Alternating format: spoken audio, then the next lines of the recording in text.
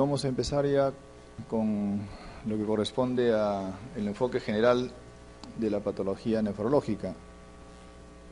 El riñón, cuando se daña, puede tener básicamente un gran compromiso a nivel vascular. Y esta lesión vascular, que puede ser arterial o venosa, la podemos de repente clasificar en compromiso de grandes, medianos o pequeños vasos.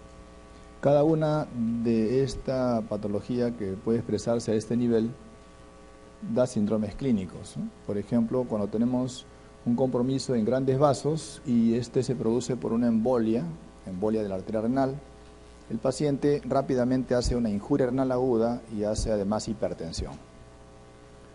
Esto ocurre a veces, en algunos casos, por un paciente que tiene una FA, ¿no? Un paciente con FA suelta un émbolo, va a la arteria renal, le emboliza y a partir de ahí hay hipertensión y a partir de ahí hay injuria renal aguda. Dos síndromes clínicos muy frecuentes en nefrología.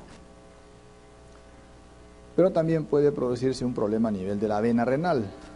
Un golpe, un traumatismo abdominal causa una trombosis de la vena renal.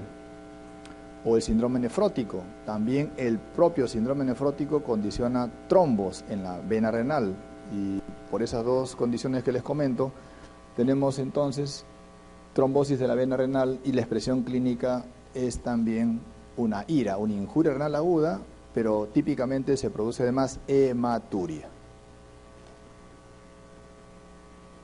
Cuando se daña vasos medianos, un ejemplo que puede mencionarse cuando hablamos de lesión de vasos medianos puede ser, lo hemos visto el otro día, la PAN, ¿no? La poliarteritis nodosa. Es una vasculitis. Cuando ocurre esto, entonces el paciente hace una IRA. Frecuentemente hace una IRA, frecuentemente se acompaña de hipertensión y muy rara vez, aunque puede presentarse, muy rara vez glomerulonefritis. Muy rara vez. Cuando el daño es de pequeños vasos, hay muchos ejemplos: síndrome urémico hemolítico, púrpura trombótica, trombocitopénica. Esto lo que va a desencadenar básicamente es una IRA, hematuria y una progresión hacia hipertensión arterial. Entonces, como ven, el daño estructural a nivel vascular se traduce con síndromes clínicos, o puede ser IRA, o puede ser hipertensión, o puede ser hematuria, en muchos casos, una situación muy aislada. Y cuando el daño es a nivel del glomérulo principalmente, y esta división es artificial, ¿no? Vasos, glomérulos, túbulo, intersticio. Es artificial porque un agente etiológico que daña el riñón no daña solamente vasos, o solo glomérulos, o solo túbuli, o solo intersticio, pero principalmente alguno de ellos se dañan. Entonces, cuando hay una patología que daña principalmente el glomérulo, por ejemplo, se me ocurre pensar diabetes mellitus, la expresión clínica típicamente puede ser un síndrome nefrótico o puede ser solo proteinuria nada más, o puede ser cualquier otra alteración. Pero bueno, para clasificarla mejor y entenderlo más fácilmente, el daño glomerular se divide en dos categorías. Un daño glomerular donde se produce gran alteración inmunológica. No se sabe la causa, a veces se sabe, no siempre. Pero el daño es por mecanismo inmune. Cuando el daño es por mecanismo inmune a nivel de glomérulo, eso se llama glomerulonefritis. Entonces, ¿qué es la glomerulonefritis? Una patología glomerular cuyo mecanismo de daño es por mecanismos inmunes. Se conozca o no la causa. Frecuentemente no se conoce. En algunos casos sí es claro, ¿no? Por ejemplo, el lupus. El lupus es una patología autoinmune que daña muchos órganos en el cuerpo y además el riñón, sobre todo el riñón. Por lo tanto, entonces, tenemos una glomerulonefritis secundaria porque no solo se afecta el riñón, sino también otros órganos. Pero también hay glomerulonefritis primarias, eso lo veremos mañana, pero igual lo voy comentando. Hay glomerulonefritis primarias donde el daño inmune solo es en el riñón, Puede que se conozca o no la causa. A veces no se conoce, ¿no? La gran mayoría de glomerulonefritis primarias no tienen causa conocida. Sin embargo, hay una glomerulonefritis primaria que sí tiene causa conocida, que es la faringitis estreptocócica, ¿no? En todo caso, las glomerulonefritis pueden ser divididas o clasificadas según donde se encuentre el material inmune por inmunistoquímica. Y entonces, si la inmunistoquímica revela material inmune en forma de líneas, depósitos lineales de material inmunológico en las biopsias. Esto se ve claramente en la enfermedad de Goodpaster. Y recuerden que en esta enfermedad los depósitos eran de inmunoglobulina G sobre el colágeno tipo 4 de la membrana basal. Y la membrana basal pues es una línea. Entonces en la inmunofluorescencia se veía el anticuerpo sobre membrana basal y eso daba una imagen lineal, ¿no? Por eso el nombre de depósitos lineales de complejos inmunes. Otra forma de glomerulonefritis de manera histológica, porque esta clasificación es histológica, ¿no? La glomerulonefritis que ven ustedes acá de 3 líneas es una clasificación histológica por inmunofluorescencia. En los depósitos granulares, el material inmune está irregular, está granular. Y esto es así porque el daño inmunológico es a expensas de depósito de inmunocomplejo. Acá no, acá el anticuerpo se depositaba sobre el antígeno de la membrana basal. Acá no, en los depósitos granulares es el inmunocomplejo que está circulando que se deposita frecuentemente en el tejido. Y acá están los ejemplos, ¿no? Lo que les decía, ¿no? Glomerulonefritis post-estreptocócica, que es el ejemplo más frecuente cuando hablamos de postinfecciosa. La membranosa, la membrana proliferativa. Estas 3 primeras son glomerulonefritis primarias, porque solamente el daño es a nivel inmune, a nivel renal. No hay daño inmune en otro lugar. En cambio, la glomerulonefritis lúpica o la glomerulonefritis por endocarditis van a tener daño inmunológico en diferentes partes del cuerpo, aparte del compromiso a nivel renal. Por lo tanto, son glomerulonefritis secundarias. Un tercer tipo de glomerulonefritis clasificado por inmunofluorescencia es aquella donde no se encuentra mucho material inmunológico en la inmunofluorescencia, pero existe, claro que existe, pero la inmunofluorescencia no lo capta. Por eso se denomina también enfermedades sin depósitos o pausi inmune.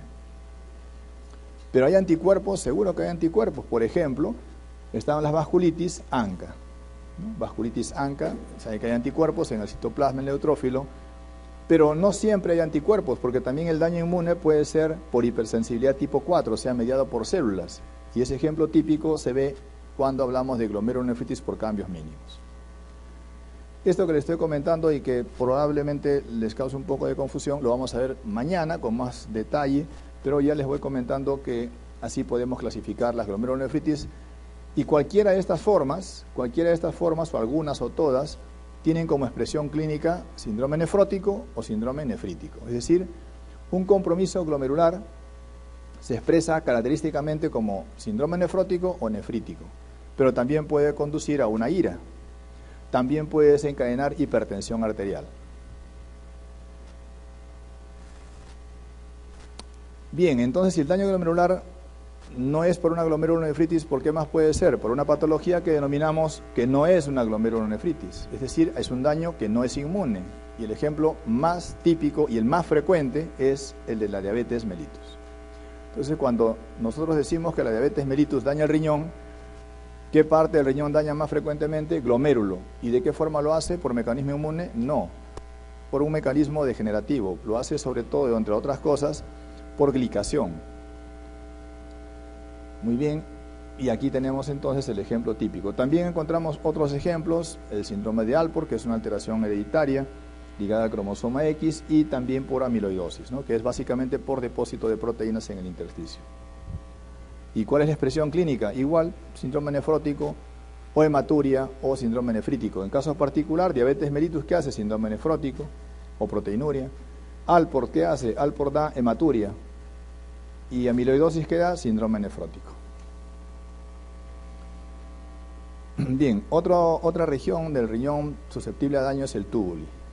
Y cuando el túbuli se daña, el dato más frecuente y que se pregunta mucho en los exámenes es básicamente cuando hay una expresión de injuria renal aguda. O sea, daño tubular, prácticamente lo que más han preguntado es su expresión clínica como IRA, injuria renal aguda. Pero recuerden que la injuria renal aguda también puede ser por daño glomerular y también puede ser por daño vascular, pero más frecuente es por daño tubular. ¿Y qué le pasa al túbuli para que condicione esa injuria renal aguda? ¿Qué ocurre? Se necrosa. Y entonces hablamos de la necrosis tubular aguda, que es una patología o un cuadro donde hay necrosis tubular y frecuentemente puede ser por una isquemia crónica, por una isquemia prolongada. Frecuentemente, pero también puede ser por toxicidad directa de muchas sustancias, fármacos, por ejemplo, o pigmentos. Y entonces reconocemos que hay dos tipos de necrosis tubular aguda, la forma isquémica, que es la más frecuente, y la forma tóxica, que también es importante recordarla porque hay preguntas en relación a eso. Y vamos a verla más adelante. Ya, pero un daño tubular no solamente se expresa como injuria renal aguda, un daño tubular también se expresa como alteración ácido-base, porque los túbulos se encargan de manejar el bicarbonato y excretar protones. Además, el túbulo maneja agua, maneja electrolitos. Por lo tanto, una alteración tubular puede expresarse con alteraciones hidroelectrolíticas y del medio interno. Y justamente hay patologías hereditarias del túbuli que pueden condicionar esas alteraciones del medio interno. Por supuesto que la necrosis tubular aguda no solamente da ira, la necrosis tubular aguda también se expresa con alteración hídrica y con alteración de ácido-base, por si acaso. Yo mencionaba la ira como un ejemplo muy característico de expresión clínica, pero también tiene expresión, alteración ácido-base y expresión de agua, de líquido, ¿no? O electrolitos. Ya, pero complementando la patología tubular, también hay alteraciones hereditarias, ¿no? Esto ya viene entonces de fábrica y el paciente viene con un problema en los túbulos renales que van a dilatarse y se forman quistes. Sí, eso está expresado genéticamente, ¿no? Por muchos cromosomas. Y esa patología muy particular, porque son varias, pero esta en particular se denomina así enfermedad renal poliquística, que es una forma de daño renal, principalmente con compromiso tubular, también intersticial, secundariamente, pero es el túbulo el que se dilata. Esto aparece desde la niñez, pero a partir de los 40 años recién se expresa clínicamente. Y el paciente lo que hace es hipertensión arterial, hematuria, y conduce a una ERC, a una enfermedad renal crónica, que es otra forma de expresión. Entonces, como ven, la enfermedad renal poliquística condiciona ERC, hipertensión y hematuria. La acidosis tubular renal es un grupo de patologías del túbuli que consisten en un manejo inadecuado del bicarbonato y los protones. De tal manera que esta patología lo que va a condicionar es una pérdida o incapacidad, en todo caso, de regenerar bicarbonato. Se le va a escapar bicarbonato por el túbuli o no lo regenera.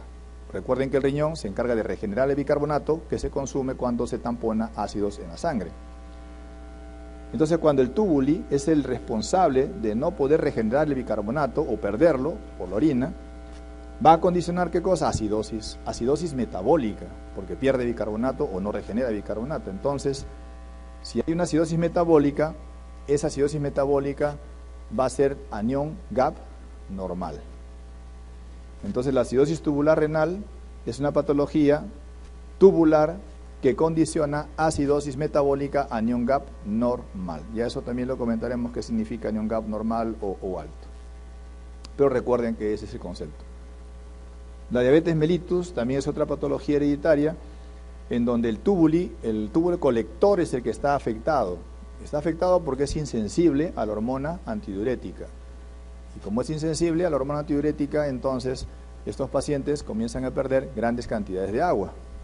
El colector no reabsorbe agua. Y estos pacientes tienen traducción clínica con deshidratación e hipernatremia. Deshidratación e hipernatremia. El síndrome de Fanconi es otra patología hereditaria en donde el tubo contorneado proximal es el responsable de los problemas que va a tener el paciente, y es que el tubo contorneado proximal no reabsorbe glucosa y deja escapar glucosa en orina, no siendo diabético el paciente, ojo. No reabsorbe aminoácidos, no reabsorbe bicarbonato, no reabsorbe fosfato, y todos esos elementos se traducen en la orina. Todas estas patologías que les he comentado son hereditarias, sin duda. Sin embargo, hay síndrome de Fanconi secundario.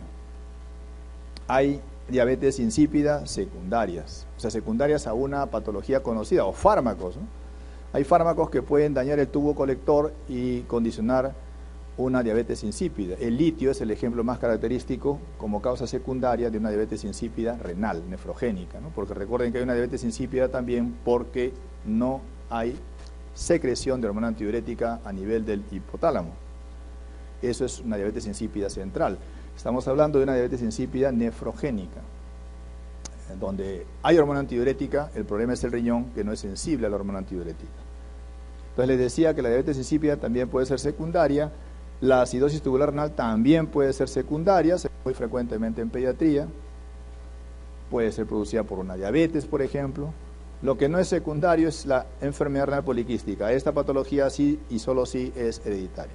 Hay quistes, por supuesto, en el riñón, sí, pero eso no se llama enfermedad renal poliquística. La enfermedad renal poliquística viene ya traducida genéticamente es una enfermedad autosómica dominante. Está ligada al cromosoma 16 principalmente, así que esto no es una patología adquirida, sino que ya está determinada genéticamente. Y la patología intersticial se traduce básicamente como una expresión clínica de una IRA, injuria renal aguda, o como una ERC. A la patología intersticial también se le conoce, y lo van a reconocer en los textos, como nefritis intersticial. Muchas veces van a ver el concepto túbulo intersticial, es decir, patología túbulo intersticial, porque están asociadas, muy asociadas, por decirlo en realidad. Es decir, cuando hay un daño tubular, casi siempre hay un daño en el intersticio, o al revés, cuando hay un daño en el intersticio, casi siempre hay una patología tubular. Entonces, decir patología tubular, de repente, como tubular propiamente, están refiriéndose a necrosis tubular aguda, es casi como un sinónimo en realidad. Pero cuando les dicen a ustedes patología tubulointersticial, frecuentemente o es del intersticio o es alguna otra patología de las que estamos comentando hereditarias.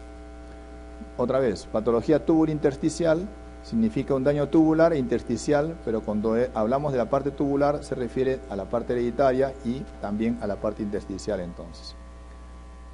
Pero cuando hablamos solo de patología tubular específicamente, casi siempre se refiere a la patología de necrosis tubular aguda. Puede sonar un poco confuso, pero en concreto, estas dos patologías tubulointersticiales casi siempre están acompañadas y hay que estar atentos a eso. Bueno, la patología intersticial entonces puede ser aguda o crónica, y cuando es aguda, cuando la patología intersticial es aguda, la expresión clínica es IRA, injuria renal aguda. ¿Y por qué se daña el intersticio frecuentemente? Por antibióticos, por AINES. En nuestro medio más frecuente por AINES, en otros medios por antibióticos. La ceftriaxona es un antibiótico muy frecuente que condiciona este daño intersticial. Repito, en nuestro medio son los AINES. Y el paciente tiene una expresión de injuria renal aguda. Uno se da cuenta que el paciente hace una injuria renal aguda y el daño es intersticial porque hace un mecanismo de hipersensibilidad. Es decir, el fármaco condiciona un cuadro alérgico al riñón y esa expresión de daño alérgico al riñón es la IRA. Y como comentaremos, los pacientes hacen eosinofilia, hacen rash, fiebre, como parte de la expresión alérgica de los AINES o de cualquier otro antibiótico. No se debe al antibiótico en sí, sino a la predisposición de alergia que el paciente tiene al fármaco. O sea, no es dosis dependiente, no es dosis dependiente. Digo esto porque hay fármacos que dañan al riñón por acúmulo de dosis del fármaco. Eso se puede ver en la necrosis tubular aguda de tipo tóxica. En la necrosis tubular aguda tóxica, que lo veremos luego, hay fármacos como los aminoglucósidos que por acúmulo de dosis va a producir el daño tubular. Pero ahí sí es acúmulo de dosis. Acá no, en la nefritis intersticial aguda es por hipersensibilidad, es una reacción alérgica. Y el intersticio también se puede dañar de forma crónica, y esa expresión de forma crónica va a condicionar enfermedad renal crónica, ¿no? Enfermedad renal crónica. Ahora, esta enfermedad renal crónica que se produce por daño intersticial, ¿quién lo produce? Lo puede producir muchas sustancias, pero también los fármacos están metidos, ¿no? Y es importante que lo recuerden porque son motivo de preguntas, aunque no he preguntado mucho esta parte, pero al menos una pregunta habrá Y recordar acá que el paracetamol es un fármaco que puede dañar al intersticio cuando se usa crónicamente, es decir, uso crónico de paracetamol por acúmulo de sustancia crónica, me refiero a 3 o 4 hasta 5 años, con dosis de 3 a 4 gramos diario, va a producir daño intersticial crónico como enfermedad renal crónica. Recuerden que vimos también nefropatía gotosa. Recuerden, la nefropatía gotosa era el daño que se producía en un paciente con gota a nivel renal, y este daño era por depósito de cristales en el intersticio. Justamente esos depósitos de cristales en el intersticio son depósitos que se producen crónicamente, y acá tenemos el ejemplo, ¿no? Por uratos. También hay por infecciones, en realidad son muchas las causas, pero vamos a verlo luego, pero vayamos viendo el día de mañana, pero vayamos ya teniendo una idea de esto. Bien, esto es el panorama general entonces de la patología renal, que deben ir recordando, y las vamos a ir recordando una vez más en el transcurso de la sesión.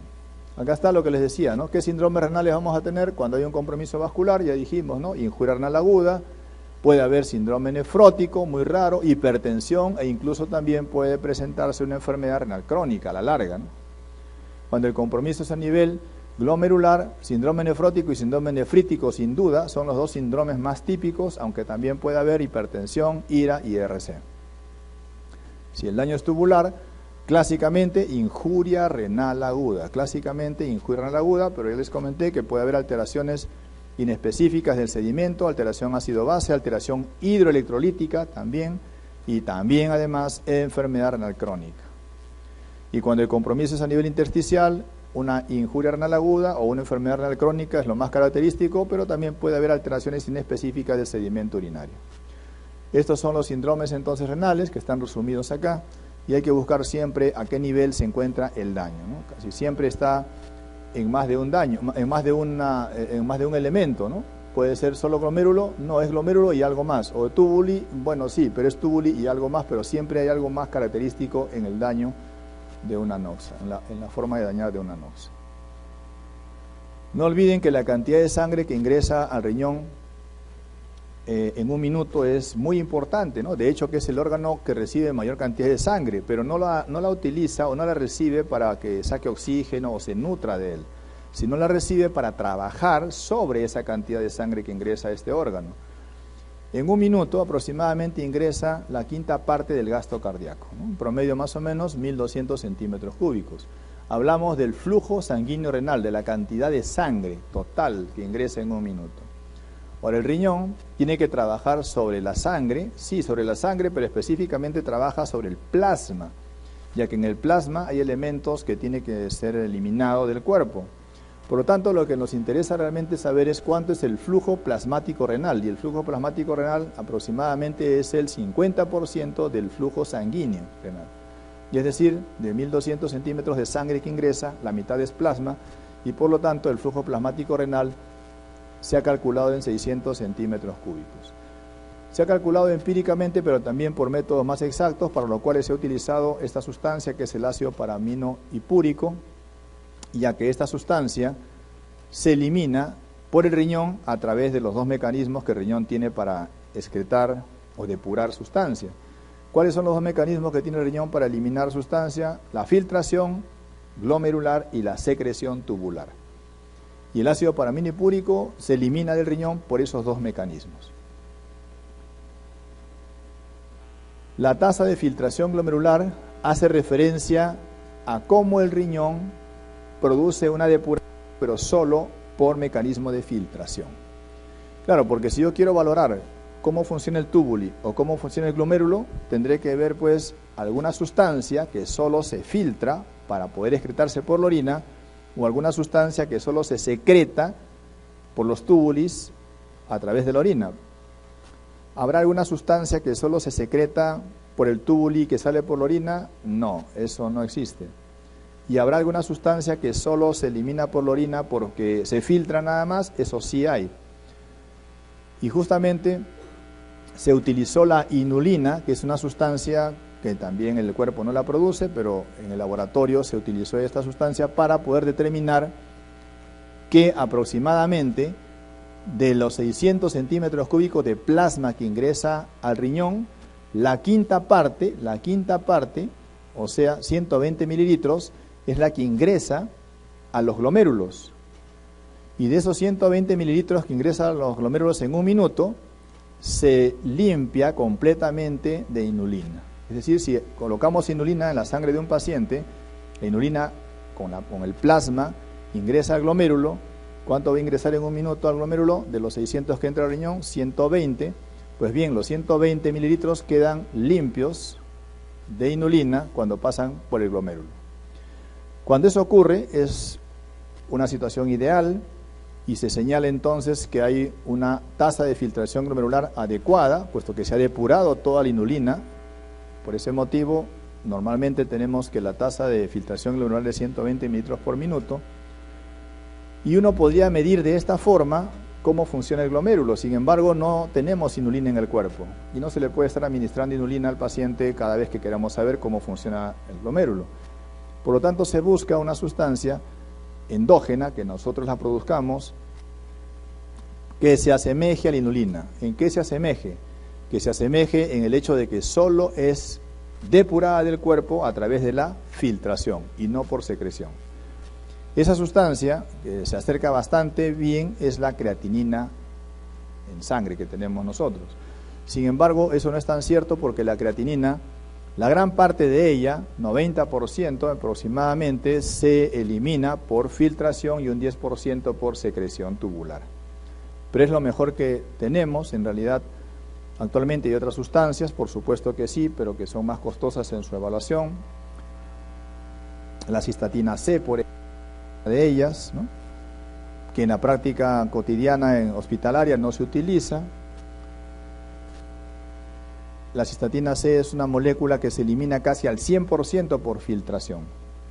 Sería lo ideal utilizarla, pero no, utilizamos por costo creatinina y está bastante bien hasta cierto punto. Entonces, cuando queremos evaluar cómo funciona el glomérulo, ¿qué evaluamos? La tasa de filtración glomerular. ¿Y cómo la evaluamos? Viendo cuál es la depuración de inulina. No tenemos inulina, entonces evaluamos la depuración de creatinina. Recuerden que depuración significa excreción de esta sustancia a través de la orina, ¿no? Por ese motivo, la depuración de creatinina es la medida más confiable de cómo está funcionando el glomérulo y por ende el riñón. Sin embargo, ¿qué hacemos habitualmente nosotros cuando queremos ver el riñón? ¿Qué pedimos? Creatinina en sangre. Pero creatinina en sangre no es lo mismo que depuración de creatinina. Por ese motivo, entonces, el elemento más exacto para medir la tasa de filtración glomerular no es creatinina en sangre, eso es muy importante que lo recuerden, sino la depuración de creatinina. Y entonces, ¿por qué pedimos creatinina en sangre? Porque creatinina en sangre es una aproximación a la depuración de creatinina. Sin embargo, la creatinina en sangre es un valor muy variable de normalidad, porque está en función a la masa muscular del paciente. Y no solo a la masa muscular, sino también a la edad y a otras variables. Por lo tanto, es una variable que sola, por sí, no informa. La creatinina en sangre sola no puede informar cómo está la tasa de filtración. Se tiene que asociar a otras variables para poder saber cuál es la tasa de filtración. Si no, lo que hacemos mejor será siempre hacer la depuración de creatinina, que es un método un poco engorroso. Se junta la orina de 24 horas, se toma creatinina y urea antes y después del procedimiento, se hace fórmulas y se saca la depuración, que es el método más exacto. Pero siempre que se recoja orina de 24 horas, exactamente, que no siempre es así, el paciente a veces da un poco más de orina, un poco menos de orina y tampoco no es muy confiable, ¿no? Entonces, en realidad, lo que se utiliza no es la depuración de creatinina que uno mida en el paciente haciendo recolectar la orina, sino que se calcula la depuración de creatinina a través de una fórmula en función a la creatinina en sangre del paciente, al peso del paciente, a la edad del paciente y a otras variables. Es importante que recordemos entonces que la creatinina sérica que pedimos a diestra y siniestra es un valor referencial para saber cómo está la función renal. pero no es por sí sola el elemento clave para saber cómo funciona el riñón. ¿Por qué? Les comento por qué. Por ejemplo, esta es una curva que relaciona la tasa de filtración glomerular con la creatinina en sangre. Es la curva para un paciente de 60 kilos. Para un paciente de 60 kilos, aproximadamente, la creatinina normal para ese paciente es 0,6, ¿no? Aproximadamente. Claro, ustedes dicen, ¿cuál es el rango normal de creatinina en sangre, ¿no? Si ustedes buscan en un laboratorio, el rango normal de creatinina en sangre es de 0,6 o 0,5 incluso hasta 1,3. Es un rango muy amplio. Entonces uno pensaría que si la creatinina en sangre está en ese rango, uno estaría normal, pero no es así. Quienes tienen poca masa muscular normalmente podrían tener creatinina en sangre 0,5, 0,6 o tal vez 0,7, como una creatinina normal para ese paciente.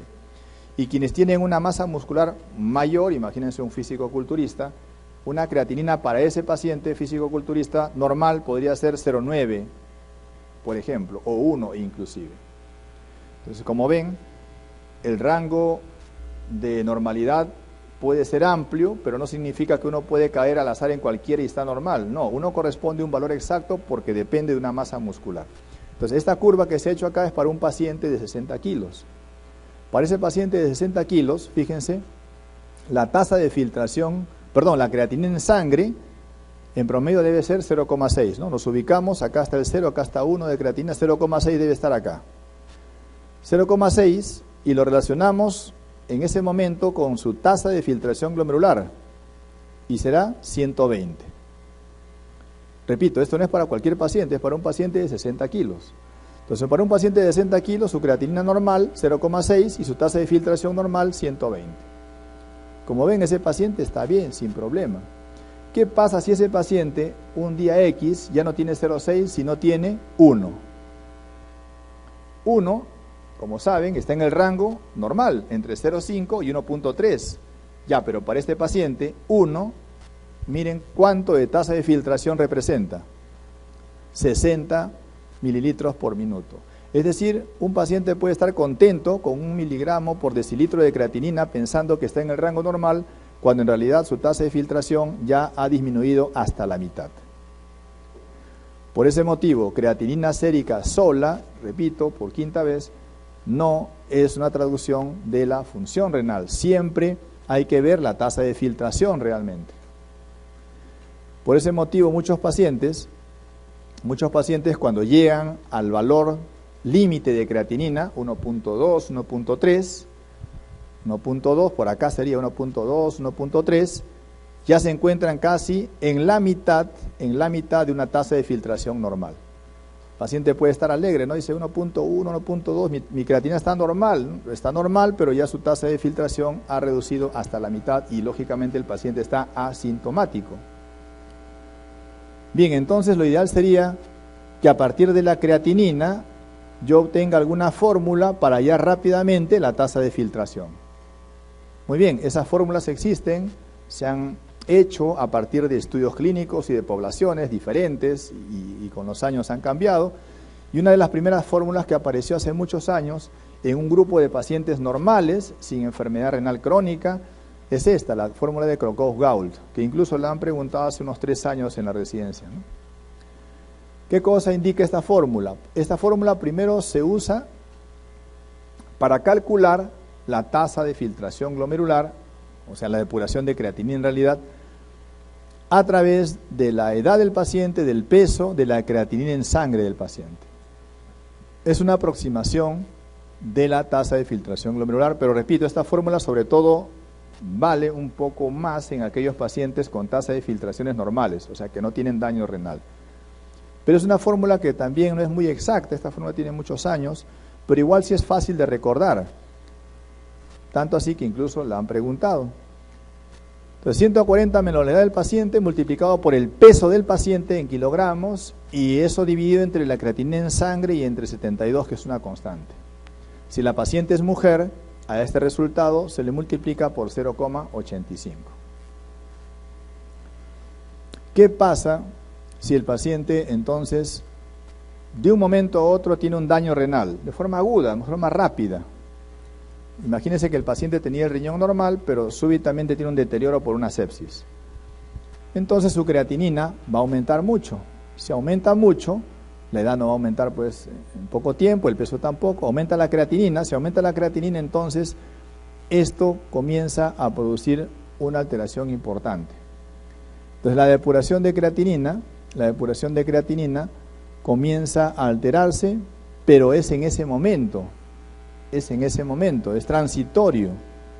No podría utilizarlo para poder calcular una depuración y decir el paciente pues tiene tal depuración permanente. No, es una alteración transitoria y por ese motivo no se debe utilizar esta fórmula para calcular la depuración cuando el paciente está en condiciones inestables. Solo se utiliza cuando el paciente está en condición estable, o sea, sin hipotensión, sin shock, sin uso de fármacos. O sea que nunca se puede utilizar esta fórmula cuando el paciente está en shock, hipotenso, deshidratado. Sí se puede utilizar, y se puede utilizar solo para ese momento, porque si yo quiero utilizar un fármaco y quiero corregir la dosis en función a cómo está el riñón, utilizaré la fórmula y me servirá solo para ese momento. Y sabré que tengo que poner menos antibiótico o menos medicamento, porque su tasa de filtración saldrá disminuida, pero solo es para ese momento. Porque cuando se recupere el paciente, la función renal seguramente mejorará y la tasa de filtración cambiará. Entonces, repito, esta fórmula sirve para saber una tasa de filtración basal en el paciente y cuál es su condición. Sin embargo, es muy inespecífica y por ese motivo las sociedades nefrológicas han ido evaluando pacientes y valorando fórmulas, ¿no? Una de las fórmulas más exactas que se usa en pacientes con enfermedad renal crónica es la fórmula MDRD, que salió MDRD7, que utiliza creatinina, edad, BUN, que es el nitrógeno ureico, y albúmina. Claro, ustedes ven esta fórmula, pues es imposible que puedan, esto lo hacen a mano, sin problemas, pero a ver, hagan esta fórmula a mano, no podrían hacerla, por lo tanto, se utilizan ahora pues en los teléfonos inteligentes, digamos, datos que solamente se meten y sale la fórmula inmediatamente, pero esta fórmula tampoco es muy exacta, así que se hizo una fórmula MDRD abreviada, y recuerden que esta fórmula, a diferencia de esta fórmula no solamente introduce creatinina, no solamente introduce edad, no solamente introduce el factor mujer, que acá también sería el factor por 0,85, sino que además también introduce el factor raza, si es afrodescendiente o no afrodescendiente. Es más, la mejor fórmula actualmente que usan los nefrólogos es la fórmula llamada EPI-CKD. La EPI-CKD es una fórmula que sobre todo es más utilizada porque orienta el pronóstico, es más exacta, también utiliza creatinina, el sexo, también utiliza la raza, si es afrodescendiente o no, y sobre todo, como digo, puede utilizarse en pacientes tanto en RC como en pacientes que no tienen RC. Es una fórmula mucho más completa. No tiene sentido que se les muestre la fórmula porque todo esto son como aplicaciones, pero el concepto que deben tener es que hay fórmulas ahora más exactas. Y todas ellas utilizan creatinina, En algún momento habrán fórmulas que utilicen la cistatina C, que es una molécula, como les digo, mucho más exacta para valorarla, puesto que se excreta casi en el 100% por filtración. Bien, vamos a comentar algunos puntos sobre injuria renal aguda. Antes se llamaba pues insuficiencia renal aguda esta patología, actualmente el concepto es que es una injuria o lesión renal aguda. ¿Qué pasa acá? Bueno, hay una disminución, hay un deterioro rápido, brusco, acelerado de la función renal. ¿En qué tiempo habitualmente se deteriora la función renal para catalogarlo como una IRA? En el lapso de 48 horas. ¿Y cuál es la otra característica de la IRA? Que es potencialmente reversible, es decir, la tasa de filtración, el daño renal, el daño de la función renal se deteriora, pero tiene la capacidad de poder recuperarse al 100%. O sea, ¿siempre se recupera al 100%? No siempre. Dice, frecuentemente reversible, ¿no? Frecuentemente, pero no siempre, porque un paciente que empieza con una función renal de 100% puede hacer una IRA, y después que se recupera ya no llega al 100%, solo llega al 90% de su función previa, o solo 80%, o solo 70%, o en el peor de los casos, del 100% de función, después de una ira queda en 0%, ¿no? Para que tengan una idea. Es decir, hay iras que son tan agresivas y tan severas que deterioran totalmente la función renal. ¿Cuál es el elemento clave para definir una ira? El elemento clave, aunque no lo crean, es la creatinina en sangre. ¿Pero cómo? Si la creatinina en sangre no servía, que era inexacta, que teníamos que juntarla con la masa muscular, la edad, la raza, albúmina. Sí, pues, pero el concepto es que para definir una injuria renal aguda se requiere elevación de creatinina en el lapso de 48 horas. ¿Y cuánto debe elevarse la creatinina? De 0,3 miligramos por decilitro a más.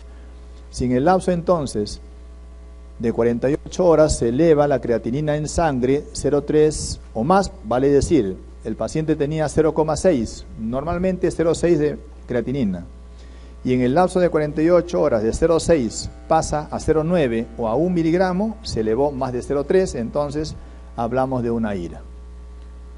También hay otras definiciones, como que aumenta más del 50% del basal, y por eso entonces uno siempre, para valorar una ira, está atento a valorar dos medidas, la basal y la del día siguiente o la de los 2 días. Pero no siempre se hace eso, porque cuando el paciente llega a la emergencia, ¿usted qué le va a decir? Mire señor, esta es su creatinina de ahorita, en 2 días lo valoramos otra vez para ver si ha hecho una ira. No hacemos eso. Cuando un paciente llega a la emergencia, con la primera creatinina que viene, uno ya tiene que definir una ira. Y lo hace sobre todo en función porque elevó más de 1,3 miligramos por decilitro. En un paciente, lógicamente, que no tiene antecedentes de una enfermedad renal crónica. Entonces, imagínense un paciente deshidratado, con náuseas y vómitos, que viene a la emergencia con una creatinina de 1,5, es muy probable que ese paciente esté haciendo una ira, ya que tiene un antecedente de hipoperfusión renal. ¿Por qué sé que hay hipoperfusión renal? Porque está deshidratado. Y es posible que este paciente tenga previamente un riñón sano, pero que ahorita con 1,5 esté elevado. Y para más seguridad, ¿qué cosa tengo que valorar para decir que la creatinina recién se ha elevado? ¿Qué valor además? La urea.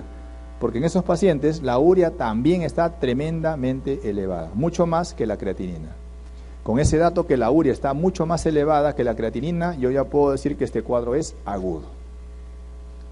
Entonces, no siempre se requieren 2 creatininas en sangre. Sería lo ideal, ¿no? Uno hoy día, otro mañana, pero no es así. A veces con una sola creatinina de ingreso uno tiene que definir que es una ira. Ahora, siempre tiene que haber creatinina para definir una ira. Pero además de eso, también hay otras alteraciones. ¿Cuáles son las otras alteraciones? Que el paciente no orina. Es decir, la oliguria es el otro elemento característico de una ira. Sin embargo, no siempre está presente. ¿Qué significa? Que no siempre hay oliguria, es decir, a veces el paciente lo que tiene es un volumen de orina más de 400. Recuerden que oliguria se define como volumen de orina menor a 400 en 24 horas. Pero hay pacientes que tienen una ira, que hacen ira, pero su volumen de orina es 500, 600, 1000 inclusive. Es decir, hay iras que no son oligúricas y son las que tienen mejor pronóstico. Entonces no se confíen. Si bien es cierto, la mayor parte de iras son oligúricas, no todas. Algunas son no oligúricas. Y otras que ya pues son anúricas, vale decir pues el extremo de la oliguria, o sea, muy severa. Anúrica se define como un volumen de orina de menos de 1000, menos de 100 o menos de 50 en algunos otros textos. Y entonces cuando tenemos un paciente que, por ejemplo, para el día de hoy, de ayer a hoy día, ¿no? Se le pregunta en la visita al interno frecuentemente, el residente, ¿cuánto orinó el paciente las 24 horas? 200 centímetros cúbicos. ¿Está seguro? Sí. Solo con ese dato, que orinó 200 centímetros cúbicos, ya ni pregunto creatinina, porque basta que haga oliguria ese paciente para saber que tiene una ira. De seguro que su creatinina se elevó, con toda seguridad. Eso es cierto. Lo contrario no es cierto. ¿Qué cosa es lo contrario? A ver, ¿cuánto orinó el paciente? 1000. O sea, más de 400. Sí, entonces no tiene ira. Mentira, porque acabamos de decir que el paciente puede hacer ira aún con volúmenes de orina por encima de 400. Entonces, si yo tengo un paciente que orinó 1000, pero sospecho que tiene una ira, obligatoriamente debo pedir creatinina, sí o sí, para poder valorarla y compararla con los días siguientes. ¿Qué otra alteración más hay en una ira? Alteración ácido-base. En las iras, frecuentemente, hay alteraciones del medio interno produciendo acidosis metabólica, anion gap alto. Acidosis metabólica, anion gap alto. Estaba olvidando decirlo, pero aparte de la oliguria y no oliguria que se pueda presentar en los pacientes con ira, también hay alteraciones electrolíticas. ¿Y qué alteración electrolítica podríamos tener? Miren que digo podríamos, porque no siempre se produce. ¿Qué alteración electrolítica podríamos tener? Sodio bajo en sangre, concentración. Hiponatremia en concentración. Hiponatremia e hiperpotasemia. O sea, el sodio va abajo en concentración y el potasio se eleva en concentración. Esos dos datos son muy característicos en un paciente con una ira. Entonces, en una ira, miren, en una ira puede que no haya alteración ácido-base, ¿no? Puede que el paciente no haga acidosis metabólica. En una ira puede que el paciente no haga hiponatremia ni hiperpotasemia. Incluso puede que en una ira no haga oliguria el paciente, pero lo que siempre va a hacer el paciente sí o sí en una ira es elevación de creatinina de 0,3 por encima del basal en el lapso de 48 horas. Eso tiene que haber sí o sí. Si no hay esto, no hay ira, ¿no? No existe ira si no hay elevación de creatinina. Les había dicho que en la ira podemos tener una función renal normal, viene la injuria, la noxa, la ira, el concepto de ira está acá, acá está el momento de la ira. La noxa puede ser pues un fármaco, deshidratación, lo que ustedes quieran. La tasa de filtración disminuye, pero cuando la noxa se retira o se controla, la tasa de filtración regresa al basal, recuperación al 100%. Este tipo de recuperación al 100% se ve en las iras prerrenales y en las posrenales.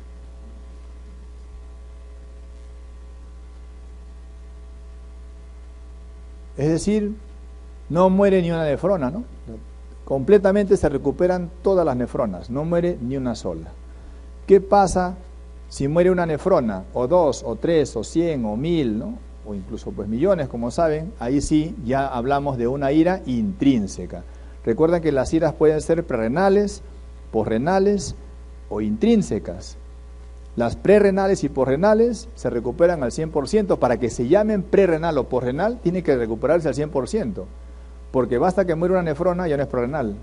Bueno, en el concepto teórico, ¿no? O sea, no muere una nefrona, mueran pues cientos, ¿no? Pero basta que mueran cientos de nefronas, ya no se recupera al 100%. Ya viene a ser una ira intrínseca. Y una ira intrínseca puede ser leve o puede ser muy severa, para hablarlo pues más o menos de manera sencilla. Y hay algunos ejemplos de cómo se comporta. Veamos en este primer ejemplo, un paciente con una función renal normal, viene la noxa, la tasa de, veamos esta cola que está acá. Viene la noxa, la tasa de filtración disminuye, la noxa se elimina y su tasa de filtración ya no se recupera acá, sino se recupera hasta acá. Es decir, por debajo del basal. Ya, bueno, el paciente dirá, está bien, pues, ¿no? Pero tengo todavía un montón de función renal, así que continuaré sin problemas. No va a continuar sin problemas porque la tasa de filtración de este paciente con los años ahora se deteriora más rápido y va a evolucionar hacia una ERC, es decir, un paciente que hizo una ira ahora evoluciona a una ERC. Eso ocurre porque las nefronas que quedan vivas trabajan más para compensar las que han muerto, y al trabajar más también mueren más rápido, y las que quedan trabajan más, y es un círculo vicioso que al final hace que se deterioren las nefronas de manera más rápida. Otro ejemplo, un paciente que ya tenía un deterioro renal previo, o sea, tenía una RC, imagínense, previamente, por cualquier causa, paciente con RC, una noxa, puede ser un antibiótico, un AINES, deshidratación, lo que sea, hace una ira, se retira la noxa y después de la ira el paciente empieza a deteriorarse más rápidamente la función renal. Fíjense cómo deterioraba la función renal antes de la noxa, antes de la ira. Si no hubiera habido ira, si no hubiera habido una noxa que lo condicione, la tasa de filtración de este paciente con daño renal crónico hubiera ido así. Pero como hubo una ira, luego de la ira, ahora evoluciona más rápido. Es decir, este paciente se iba a dializar de repente a los 60 años. Ahora, con la ira, se va a dializar a los 45 o 50 años. Es decir, la ira aceleró la evolución de la enfermedad renal crónica. Por eso los pacientes con enfermedad renal crónica no deben tener iras, no deben ser sometidos a fármacos que dañan el riñón, no deben ser sometidos a infecciones urinarias, no deben ser sometidos a hipoperfusión, porque eso va a acelerar su evolución hacia la diálisis. Y lo que les había comentado en algún momento, paciente con función renal normal, una anoxia muy severa, muy agresiva, y miren la tasa de filtración a 0. ¿Qué ocurrió? Que hizo una IRA que evolucionó a una ERC estadio 5 o terminal. Entonces, estos 3 ejemplos que acabo de comentar son los ejemplos que se pueden presentar y que conducen, que son parte de la injuria renal aguda, pero de tipo intrínseca, ¿no? Entonces, ira prerrenal, llamada también azoemia prerrenal o hiperazoemia prerrenal, son sinónimos, la ira intrínseca o ira renal propiamente y la ira posrenal.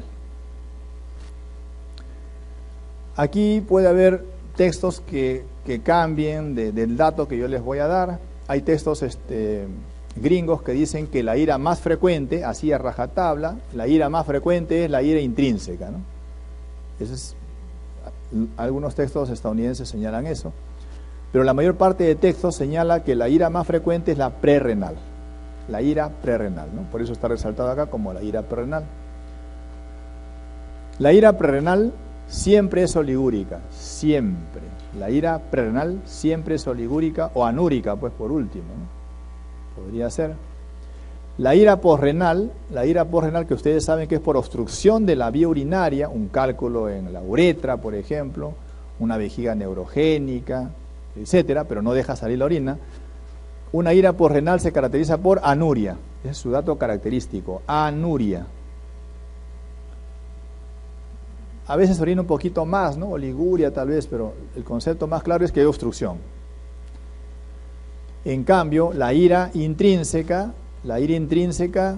se caracteriza porque hay oliguria, sí, hay oliguria, pero puede que no haya oliguria. Es decir, cuando hablamos de ira no oligúrica, está dentro del concepto de una ira intrínseca. O sea, hay iras intrínsecas que se manifiestan como no oligúricas. Podríamos decir que 70% son oligúricas, 70% son oligúricas y un 30% son no oligúricas, hablando solo de las intrínsecas, ojo.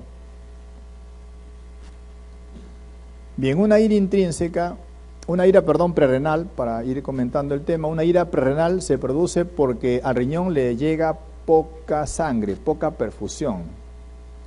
De forma más sencilla, una ira prerrenal se debe a una hipoperfusión renal.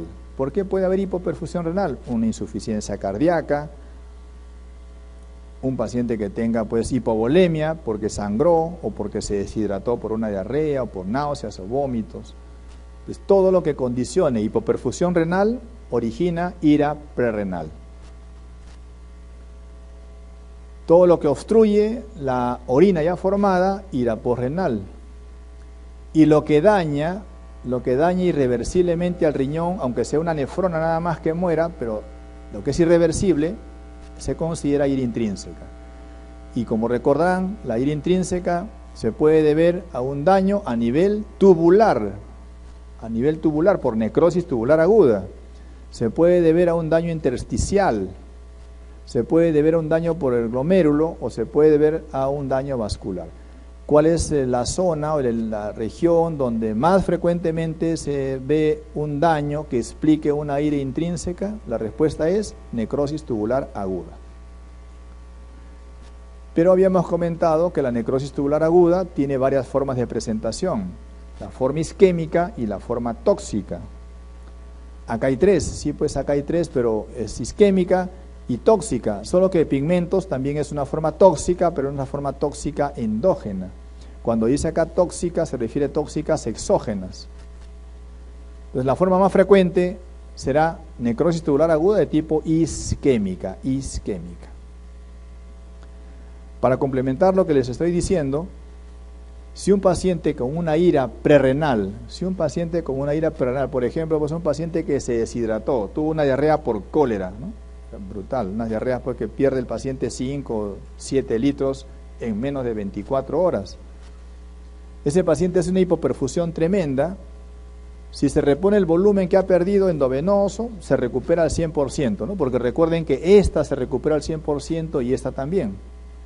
Se recuperan al 100% siempre que se corrijan oportunamente y adecuadamente. ¿Cómo corrijo adecuadamente una ira prerenal por diarrea? Hidratación, pues endovenosa, por ejemplo, ¿no? Y en el caso de una posrenal, desobstrucción.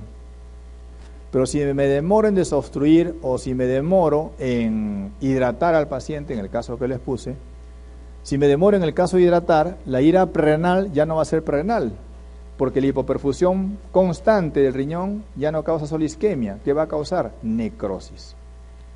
Entonces, cuando la hipoperfusión ya no se hace transitoria, sino se hace permanente, se produce una ira intrínseca tipo necrosis tubular aguda tipo isquémica. Entonces, cuando les pregunten cuál es la causa más frecuente de necrosis tubular aguda, la isquémica. ¿Y por qué se produce? Por una ira prerenal no controlada adecuadamente, ¿no? O que fue muy severa en todo caso y tampoco pues por ello se pudo controlar. En cambio, una ira posrenal por obstrucción, cuando no se corrige a tiempo, ¿qué va a originar? Una ira intrínseca otra vez. Pero el daño ya no va a ser tubular. Cuando tenemos una ira posrenal, una obstrucción, y no se corrige adecuadamente, el daño intrínseco sobre todo es a nivel intersticial. Daño intersticial, entonces, es la expresión de una ira posrenal o obstructiva. Recuerden que cuando decimos toxinas, estamos hablando, por ejemplo, de fármacos, ¿no? Fármacos como, por ejemplo, aminoglucósidos, fármacos como anfotericina B, que es muy nefrotóxica. También podríamos poner el ejemplo de la sustancia iodada de contraste, ¿no? Sustancia de contraste iodada también es una toxina para el riñón. Recuerden que el daño es por acúmulo de sustancias. También hay otros fármacos, ¿no? Está el indinavir, también está el aciclovir endovenoso. Y cuando hablamos de pigmentos, a la cabeza está la mioglobina, ¿no? La mioglobina, que se puede liberar en la sangre cuando hay destrucción del músculo, cuando hay rhabdomiólisis, se libera mioglobina a la sangre, y la mioglobina va al riñón y produce necrosis tubular aguda. Esa es una necrosis tubular aguda por pigmentos, ¿no? La mioglobina, repito, es el ejemplo característico.